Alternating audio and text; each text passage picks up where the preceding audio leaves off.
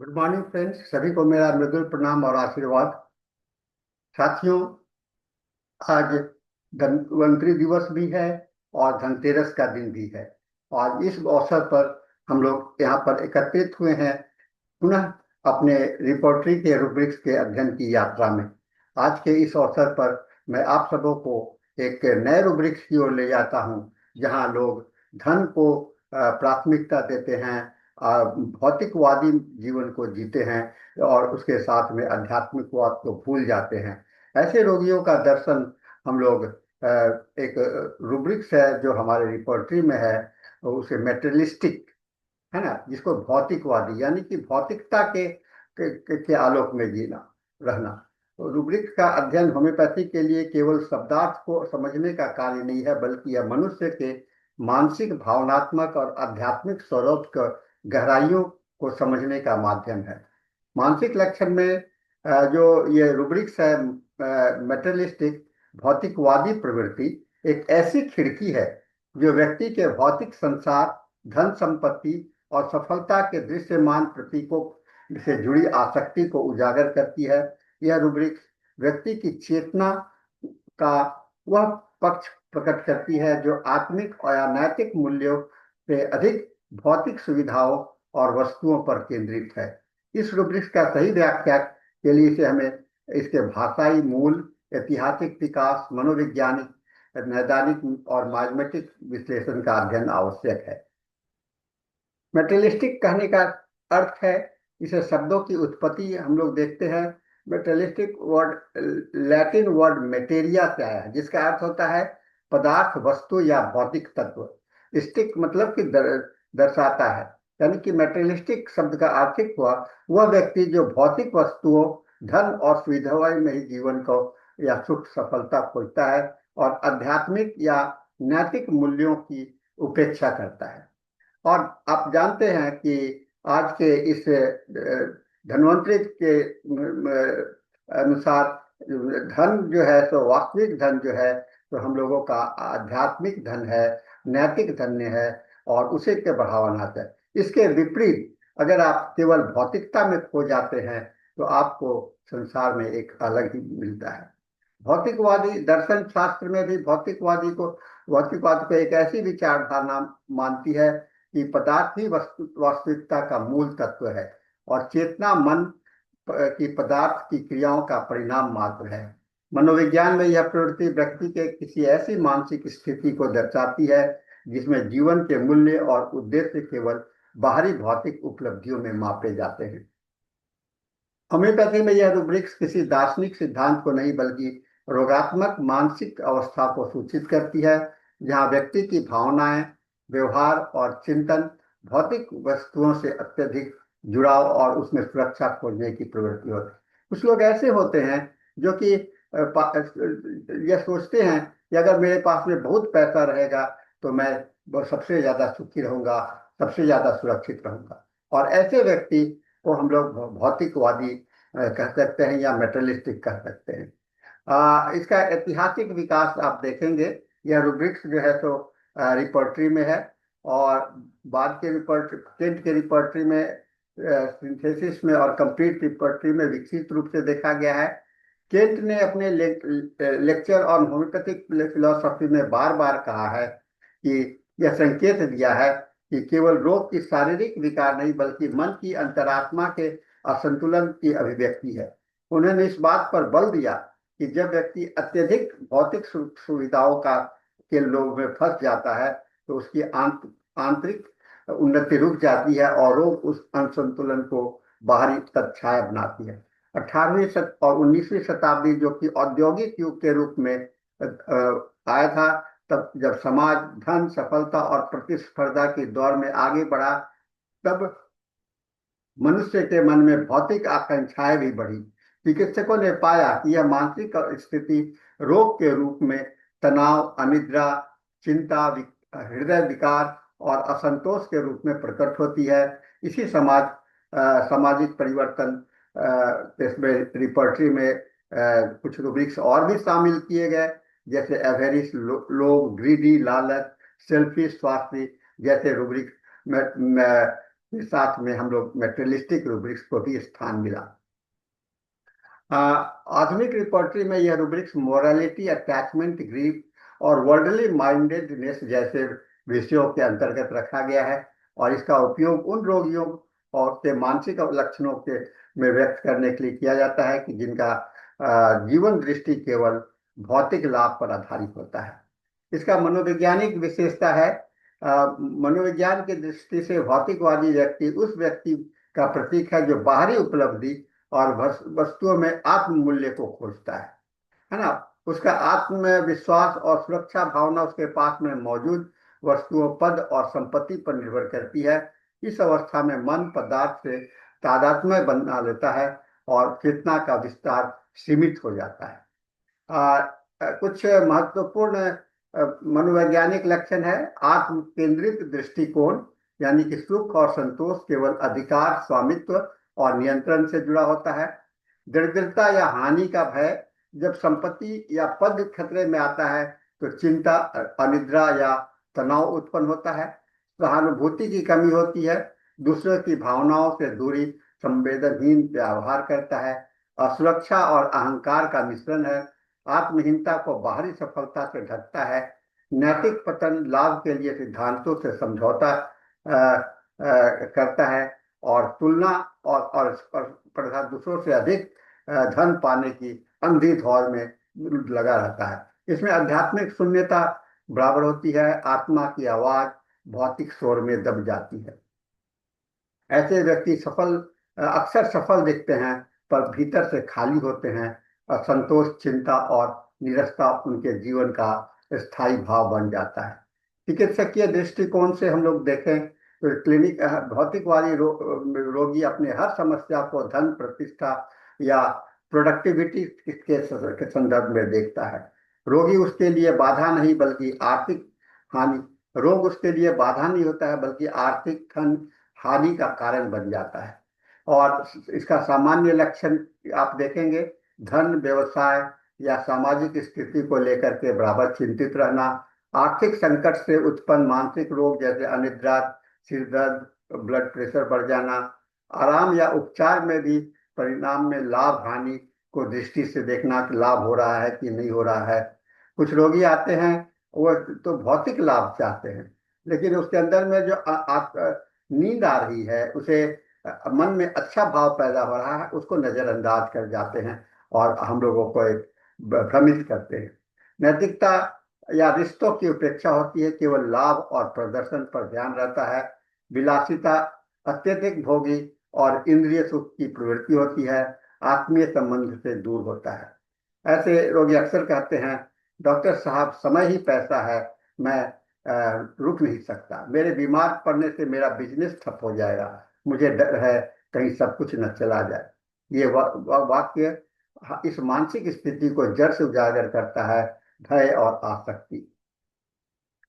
Patient जो है सो आपके सामने में केवल प्राथमिकता देगा भौतिक का, जैसे बातचीत में बार बार धन, प्रतिष्ठा, पद और या वस्तुओं का उल्लेख करेगा। सफलता की परिभाषा भौतिक उपलब्धियों से करेगा। वह दूसरों से तुलना करेगा, वह मुझसे कैसे आगे है। अनैतिक कार्य को व्यवहारिकता कहकर उचित ठहराएगा गलत को, और सरलता या आध्यात्मिकता का मजाक उड़ाएगा। और इसके जो नॉन वर्बल इंडिकेशंस मिलेंगे, वह आपके कंसल्टेशंस के दौरान अत्यधिक प्रदर्शन या दिखावा करेगा। प्रश्नों का उत्तर भावनात्मक गहराई सतही होगा, उसमें भावनात्मक गहराई नहीं होगा। फीस या और दवा की कीमत पर असामान्य ध्यान रहेगा, और उपचार को सौदे की तरह लेना, तो त्वरित परिणाम की मांग करना होता है। हाव भाव में अधीरता या नियंत्रण की चाह। डॉक्टर साहब, मेरा बीमारी को ठीक कर दीजिए, मैं इतना पैसा आपको दूंगा। ये आपके साथ में सौदेबाजी कर रहा है। डॉक्टर साहब, ये क्या आप गारंटी लेते हैं मेरे रोग का ठीक करने का? यह एक बिजनेस ओरिएंटेड होता है। एक डॉक्टर एक कॉन्ट्रैक्टर नहीं होता है, डॉक्टर एक चिकित्सक होता है, उसमें मिशन होता है। तो इस सौदेबाजी में हम लोगों को परहेज करना चाहिए, हमें कभी भी गारंटी की बात नहीं करनी चाहिए। इस संकेतों के माध्यम से चिकित्सक यह समझ सकता है कि रोगी की जीवनी शक्ति भौतिक स्तर पर बंधी हुई है और आत्मिक आयाम से अलग है। कुछ रूब्रिक्स है जो कि क्रॉस रेफरेंस में हम लोग देखेंगे। एवेरिस, इसमें धन संचय की प्रवृत्ति, खर्च करने से भय होता है। मेटेरियलिस्टिक में लोभ के साथ में आसक्ति की पहचान तत्व से जुड़ा होता है। सेल्फिशनेस, स्वार्थी, केवल निजी लाभ की सोचता है, दूसरे को की परवाह नहीं करता है। मेटेरियलिस्टिक में यह प्रवृत्ति व्यापक सामाजिक दृष्टि से जुड़ा होता है। वर्ल्डली माइंडेड, है ना, संसार मुखी, लौकिक प्रसिद्धि या वैभव में से आसक्ति होती है। मैं यह बन जाऊं, मैं नेता बन जाऊं, मैं प्रधानमंत्री बन जाऊं, बस इसी बातों में खोया रहता है। मेटेरियलिस्टिक में वस्तुओं और संपदा की अधिक बल होता है। प्राइड, अहम, आत्मश्रेष्ठ, अपने आप को सबसे उत्तम माना, धन या पद से उत्पन्न होता है। और एंजाइटी अबाउट मनी, धन की चिंता, ये विशिष्ट है मेटेरियलिस्टिक मानसिकता जीवन स्तर पर देखा जाता है। इसमें जो बहुत महत्वपूर्ण दवाइयां हैं वह आर्सेनिकल भय, जो असुरक्षा, गरीबी का भय, स्वामित्व की तीव्र भावना होती है। लाइकोपोडियम में शक्ति और प्रतिष्ठा की लालसा होती है। आत्मविश्वास की कमी होती है। प्लेटिना, अहंकार, दूसरों के प्रति तिरस्कार और विलासिता की चाहत होती है। नक्श भूमिका, प्रतियोगिता, महत्वाकांक्षा, अधिक कार्य की प्रवृत्ति होती है। और कैलकरिया का सुरक्षा की आवश्यकता और आर्थिक भय होता है। प्रत्येक औषधि भौतिकवाद के अलग रंग प्रस्तुत करते हैं। आर्सेनिक सुरक्षा चाहता है, लाइकोपोडियम कंट्रोल चाहता है, प्लेटिना श्रेष्ठता चाहता है, नक्श भूमिका विजय चाहता है और कैलकेरिया का स्थिरता चाहता है। मैथमेटिक इसका एक्सप्लेनेशन करें तो सोरिक मेटेरियलिज्म होगा, वह भय और सुरक्षा से प्रेरित संग्रह की प्रवृत्ति होगी, जैसे कैलकेरिया का। साइकोटिक होगा, अति भोग दिखावा, असीम संग्रह की चिंता होगी, है ना, होर्डिंग टेंडेंसी जिसको कहते हैं। सिफिलिटिक होता है विनाशकारी लालच, नैतिक पतन, स्वार्थ के लिए छल करता है। अब आपकी स्टेकिंग में इसकी पहचान कैसे करेंगे? तो इसे कुछ चीजों पर हम लोगों को ध्यान देना चाहिए कि आपके जीवन में अधिक संतोष किससे मिलता है। बीमारी में आपको सबसे अधिक किस बात की चिंता होती है? आपकी सबसे बड़ी सफलता या सफलता क्या है? यदि उपयुक्त धन, पद और भौतिक वस्तुओं से संबंधित हो तो मेटेरियलिस्टिक का प्रवृत्ति होता है। चिकित्सक को यह भी समझना चाहिए होगा कि सामान्य व्यवहारिक चिंता और रोगात्मक आसक्ति में क्या अंतर है। जब वस्तुओं से व्यक्ति जुड़ जाता है तब वह रोगात्मक बन जाता है। तुलनात्मक अध्ययन, अवेरिस, धन खोने का भय, एम्बिशंस, शक्ति और पद प्राप्ति की चाहत, प्राइड, आत्मश्रेष्ठता का भाव, और मेटेरियलिज्म, जीवन का अर्थ ही वस्तु में खोजना। जैसे कि एक लाइकोपोडियम व्यापारी में प्रतिस्पर्धा से अवसर में विकसित हो जाता है और भयजन्य भौतिक होता है। एक आर्सेनिक रोगी आर्थिक धन से अनिद्रा और घबराहट से त्रस्त होता है और सुरक्षा आधारित रहती है। एक प्लेटिना महिला प्रतिष्ठा खोने पर माइग्रेन से पीड़ित हो जाते हैं और अहंकार आधारित भौतिक है। यह हर रूप में केंद्रीय भावना एक ही है, भौतिक वस्तुओं के में आत्म सुख का भ्रम। और आध्यात्मिक और दृष्टिकोण से केंट के अनुसार भौतिकवादी मानसिकता उपचार की सबसे बड़ी बाधा है, क्योंकि जब मनुष्य की चेतना पदार्थ में बंध जाती है तब जीवनी शक्ति का प्रवाह रुक जाता है। होम्योपैथिक चिकित्सा केवल शरीर की नहीं, आत्मा भी को पुनर्स्थापित करता है। आध्यात्मिक मनोविज्ञान यह अवस्था अविद्या कहलाता है, अर्थात अस्थायी शाश्वत मान लेता है। सिमिलिबस फ्रेंचर सिद्धांत के पर आधारित होम्योपैथी का उद्देश्य रोगी को केवल स्वास्थ्य करना नहीं है, बल्कि संतुलित और जागरूकता की ओर लौटाना है। एक रोगी का मैं जिक्र करना चाहूंगा। एक 45 वर्षीय महिला, व्यवसायी, उच्च रक्तचाप, अनिद्रा, हाई ब्लड प्रेशर, स्लीपलेसनेस और एसिडिटी को शिकायत लेकर के आया। और आते ही कहा कि डॉक्टर साहब एक दिन भी मैं काम छोड़ दूंगा तो मेरे पैसे का बहुत नुकसान हो जाएगा, पैसे पर मेरी नजर हर पल रहती है। और पत्नी ने बताया कि वह 16 घंटा से भी ज्यादा काम करते हैं, किसी पर भरोसा नहीं करते हैं, और छोटी सी हानि होने पर भी कर्मचारियों को डांटते हैं। उसकी चिंता सब कुछ खो देने पर देने का भय भी था। विश्लेषण करने पर आर्सेनिक उपयोगी सिद्ध हुआ, और उपयोगी लेकिन यह केवल आर्सेनिक तेल देने से नहीं होगा, उसके साथ में उसे मानसिकता भी बदलनी होगी, क्योंकि अगर वह आर्सेनिक तेल इतना मदद करेगा कि आपके अंदर में जो विकार आ गया है उसको दूर करेगा, तो इस तरह से यह धीरे धीरे मानसिक शांति लौट सकता है।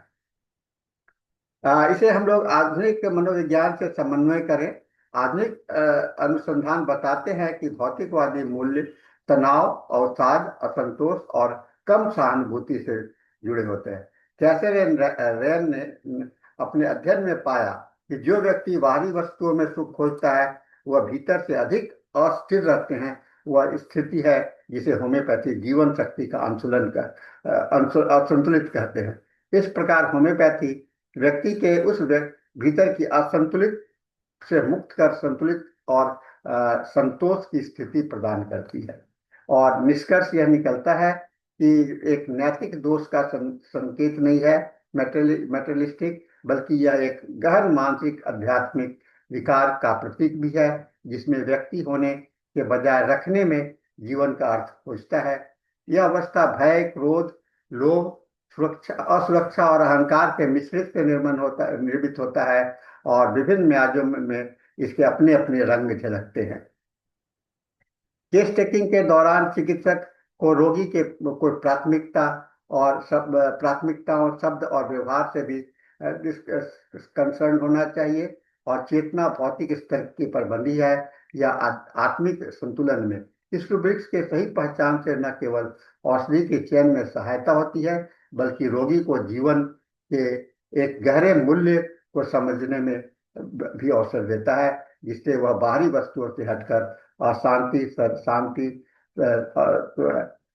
और संतुलन की ओर अग्रसर हो सके। होम्योपैथी की दृष्टि से उपचार तभी पूर्ण होता है जब पदार्थ पर केंद्रित ध्यान फिर से आध्यात्मिक आत्मिक सब सामंजस्य में लौट आता है। जब व्यक्ति वस्तु से नहीं बल्कि स्वभाव से सुख स्वभाव से ही सुखी होना चाहता है। तो साथियों, आपने देखा कि कितना महत्वपूर्ण रूब्रिक्स है। इसके क्रॉस रेफरेंस भी बहुत सारे ये हम लोगों ने देखा। एक और क्रॉस रेफरेंस है जो मैंने छोड़ दिया था, उसे अलग से भी मैं बताऊंगा, अनरिफाइंड। तो अनरिफाइंड होता है, वह भी एक है, वो काफी मानसिक लोग का है। हम लोग उस पर एक अलग से चर्चा करेंगे अनरिफाइंड का, इसलिए मैंने आज उसको इसके साथ में शामिल नहीं किया है। तो इसके साथ में आज का सेशन हमारा समाप्त होता है। हम लोग इस के साथ फिर अगले रूब्रिक्स में चलेंगे। तो आज धनतेरस के अवसर पर धन, असली धन क्या है, यह पहचानने के लिए यह रूब्रिक शायद आपको काफी मदद करेगा। और इस धनतेरस के अवसर पर और धन्वंतरी इस भगवान के आपको आशीर्वाद प्राप्त हो। मैं आप सबों को धन्यवाद देता हूँ, मृदुल प्रणाम करता हूँ, और थैंक यू वेरी मच।